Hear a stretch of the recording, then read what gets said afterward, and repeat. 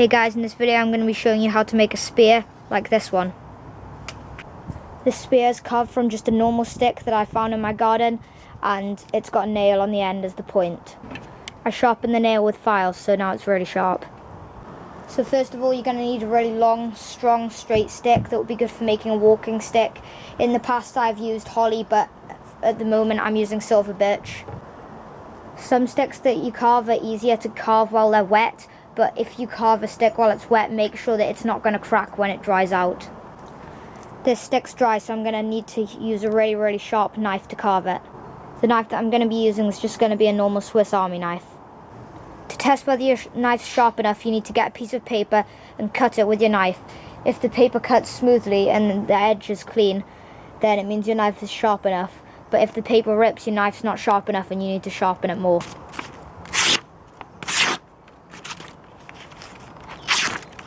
My knife easily cuts through the paper, so it's sharp enough to make this. Cut your stick with a saw to the length that you want. Once the stick's been cut to the length that you want your spear to be, then you're ready to start carving. So for all the cuts that you're going to be making while carving this walking stick, I suggest that you use small, even strokes where you're using your weak hand's thumb to push on the spine of the knife to make small, even cuts, which are really controlled, so there's no chance of slipping and gouging out a piece of bark that you don't want to be cut. When I'm carving a spear, I start from the very top of the spear and work my way down. And at the very start, I always like to have a bit of the spear about this big, where there's no bark left. So to start with that, what you want to do is you want to press the knife down on the spear and twist it round until you've scored an edge in the bark, and then put your knife blade on that edge and just push and cut a piece of bark off, and just keep cutting more and more pieces of bark off until you've gone all the way around with that.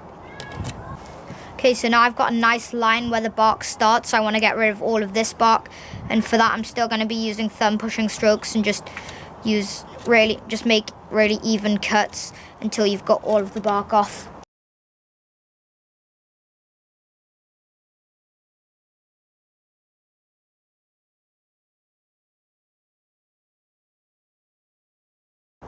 So now that I've got this first bit done, it's time to start doing the patterns for the sticks.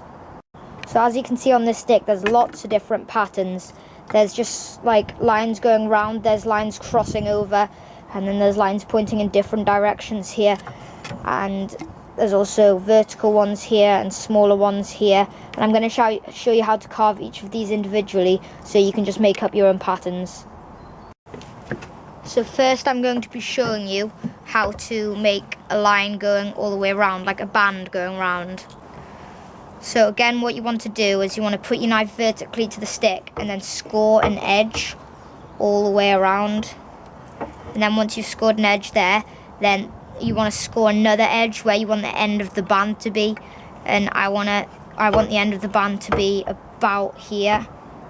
So then once you've done that, then you want to just push the knife with your thumb until you get to the end of the edge that you scored, and then you want to cut it off like that, and just keep on going round with lots of different ones all the way around. And then once you've got a few done, then you cut it off and you go back, and if there are any bits left, you cut them off.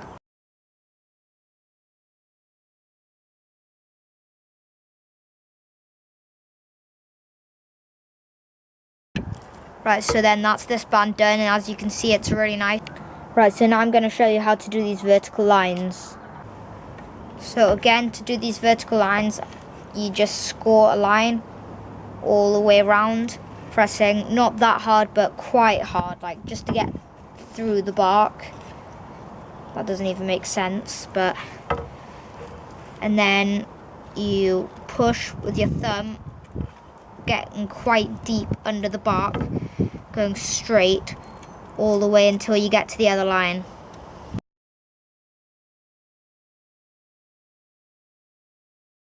So I've just finished doing the vertical stripes, and I've added in some extra bands just on either side to make it look better. So now I'm going to show you how to make this kind of smaller checkered bit. So for the checkered bit, what you want to do is you want to score a line where you want the first kind of square to be, and then score a line where you want the end of that first square to be and the start of the second square to be, and then you score another one just a bit further away, and you do that as many times as you want, and the more times you do it, the longer the checkered bit will be. So once you've scored all of the lines that you need to, then you start cutting, and then you end where the first line is, and you cut a bit off, and then you go to the next one up here, and then you do it so the corners of these bits, like, they're just touching, and then you go back down and you do that, and then you just keep on doing it until you're done.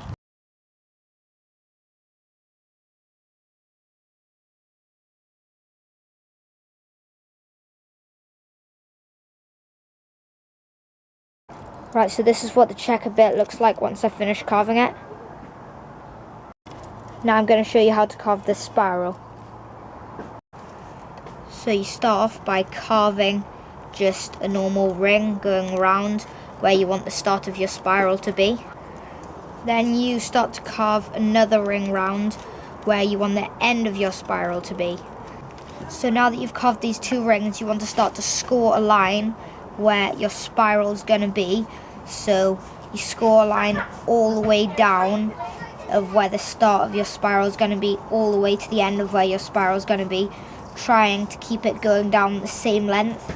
And then you go back to the beginning, and then you carve one all the way down on this bit. So now they're about that far apart. That means my spiral is going to be that thick. So now for carving it, what you want to do is you want to start by going vertical with your knife, but then when you get to the edge, you want to turn it so that that your knife is parallel with the edge that you've scored, and then cut it off, and then continue to go all the way up like that.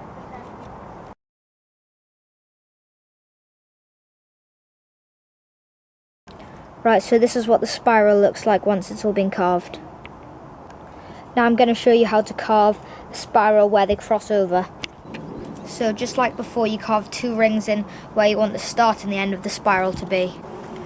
And then again, just like before, you score in on the wood where you want your spiral to be. So what you do is now you just cut out that spiral that you just scored in. So you only cut out one. I haven't scored in the other one yet. I've only scored in one, just like this one, but thinner. And I'm just going to cut that out now.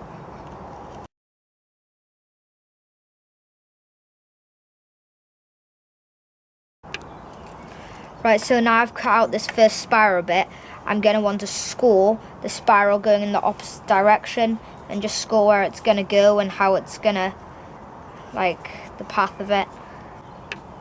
And now I just do exactly the same, apart from I'm carving out the other spiral which is going in the opposite direction.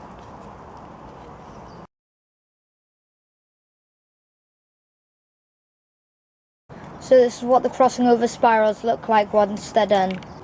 Now I'm going to finish off the rest of the stick with just doing a few more spirals and stuff like that. Right, so this is what the spear looks like once I've finished carving all of the patterns on it.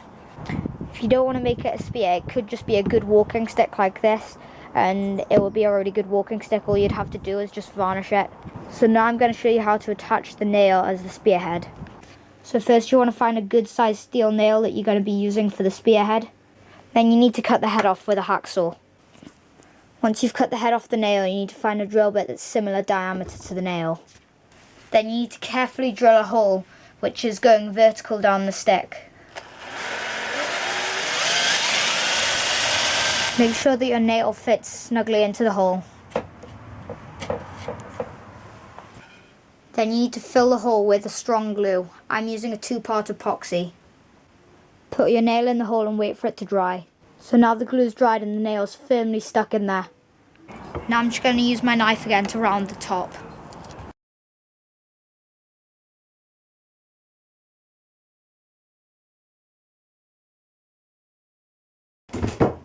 So this is what the tip looks like after carving, and this is what it's going to look like after you've filed it. First you need to cut the tip to the length that you want using a hacksaw. So once you've cut the tip off to the length that you want, you need to get a file and start to file it. So you need to file it into a chisel point like this first. And once you've filed it into a chisel point, you need to file these edges. And once you've finished filing it, it should look like this, with all 4 of the edges turning into a really sharp point. Now I've finished both of my spears. You can varnish them if you want them to last a little bit longer and for them to be waterproof, but I think mine are done how they are.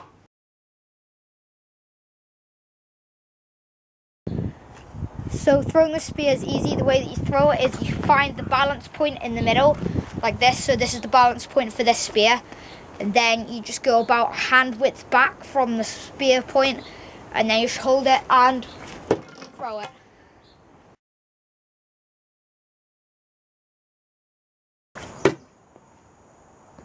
This one went all the way through the wooden board and even stabbed into the tree.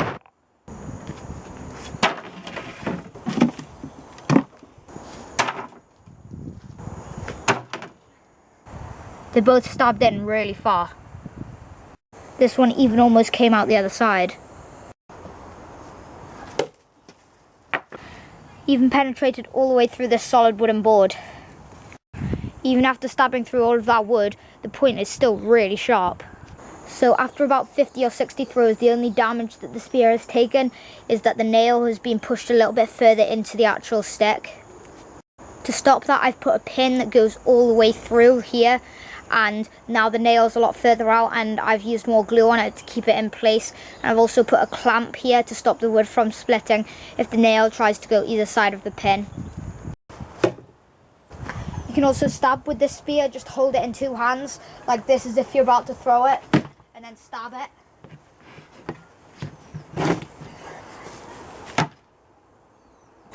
I have no responsibility for any damage or injury caused while making this or with this weapon. Also soon I might be opening an Etsy store selling walking sticks and high quality slingshots. Please comment saying whether you think this would be a good or bad idea, and also what price I should sell them for. I really hope you enjoyed this video. Please comment, rate and subscribe.